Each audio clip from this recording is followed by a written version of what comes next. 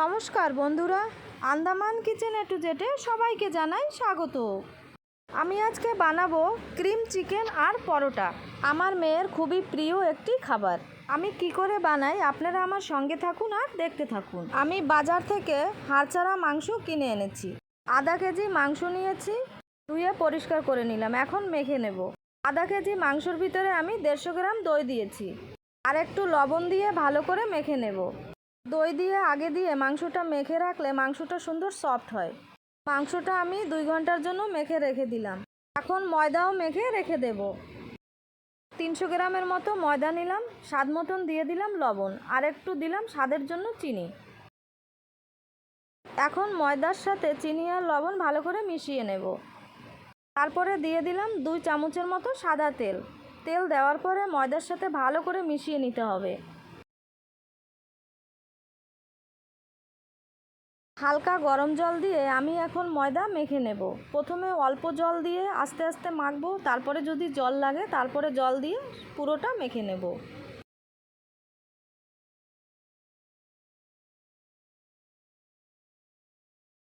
ময়দা আমার মাখা হয়ে গেল। ময়দা খুব বেশি নরম মাখলে হবে না, আমি যেরকম মেখেছি এইভাবেই মাখবেন। ময়দা মাখার উপরে তেল মেখে আমি এখন 2 ঘন্টার জন্য রেখে দেব।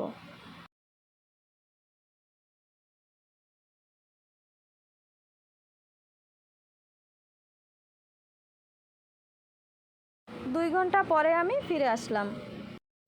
এখন মাংসর ভিতরে আদা আর রসুন দিয়ে ভালো করে মেখে রেখে দেব।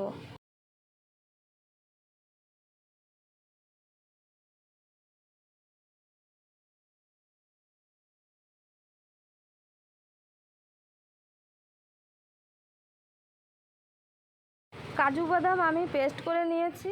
এখন এই কাজু বাদামের ভিতরে দিয়ে দেব দই। তারপরে দই আর কাজু বাদাম আবারও একটু পেস্ট করে নেব।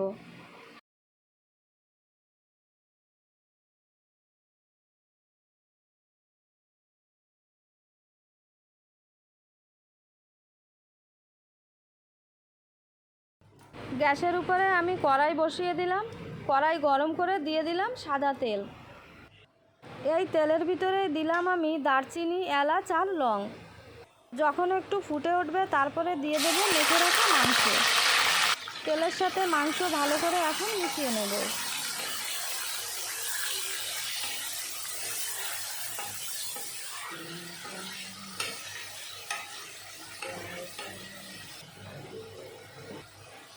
দিয়ে দিলাম চেরা কাঁচা লঙ্কা, আর দিলাম থেতো করা রসুন আর আদা, আর দিলাম গোলমরিচের গুঁড়ো। এখন আমি ভালো করে মিশিয়ে নেব।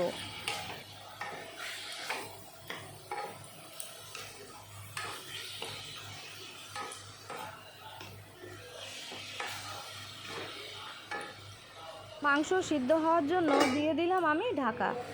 কিছু সময় পরে ঢাকনাটা তুলে নিলাম, তারপরে আবারও নাড়িয়ে নিলাম। আমার ভিডিও যারা নতুন দেখছেন তাদের কাছে আমার অনুরোধ, আমার রান্না যদি আপনাদের কাছে ভালো লেগে থাকে তাহলে আমার চ্যানেলটাকে সাবস্ক্রাইব করে পাশে থাকবেন এবং সাপোর্ট করবেন।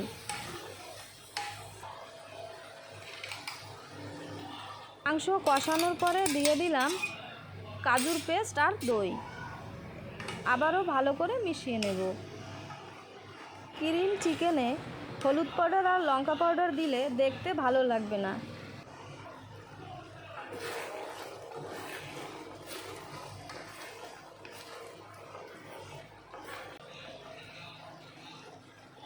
এখন আমি দিয়ে দিলাম ফ্রেশ ক্রিম।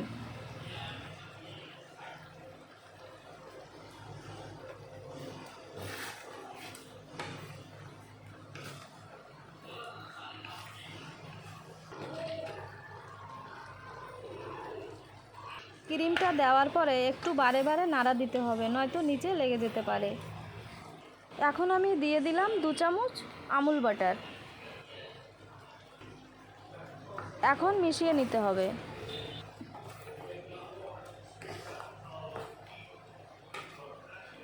কাস্তুরি মেথি ভেজে আমি পাউডার করে দিয়েছি।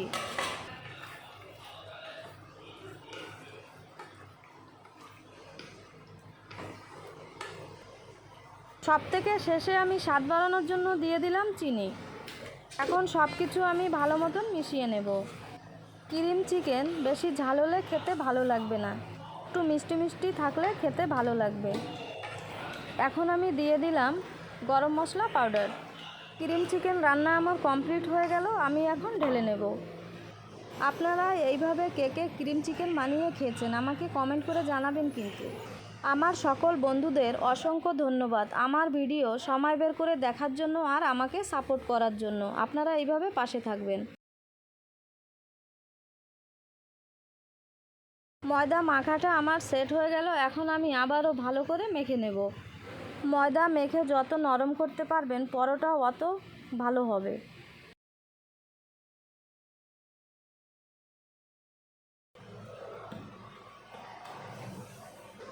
ময়দা আমি ভালো মতন মেখে নিয়েছি, এখন আমি একটা চাকু দিয়ে সব গোলগুলো সমানভাবে কেটে নেব।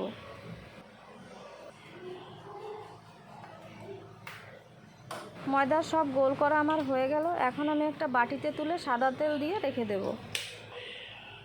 এখন আমি একটা বেলে নেব।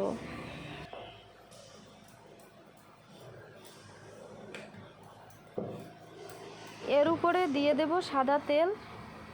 সাদা তেলটা ভালো করে মেখে নেব, তারপরে দিয়ে দেব আমি ময়দা, উপর দিয়ে ছড়িয়ে দেব। এখন এক পাশ ধরে আমি বটে নেব।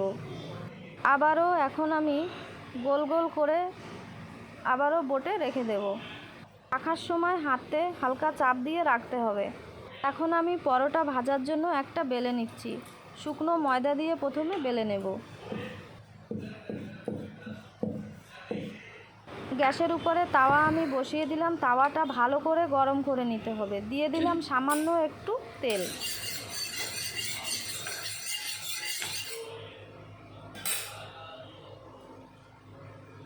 গ্যাসের ফ্লেম কম করে দিয়ে আস্তে আস্তে ভাজতে হবে। প্রথমে তেল দিলে কিন্তু পরোটার উপরে শক্ত হয়ে যাবে।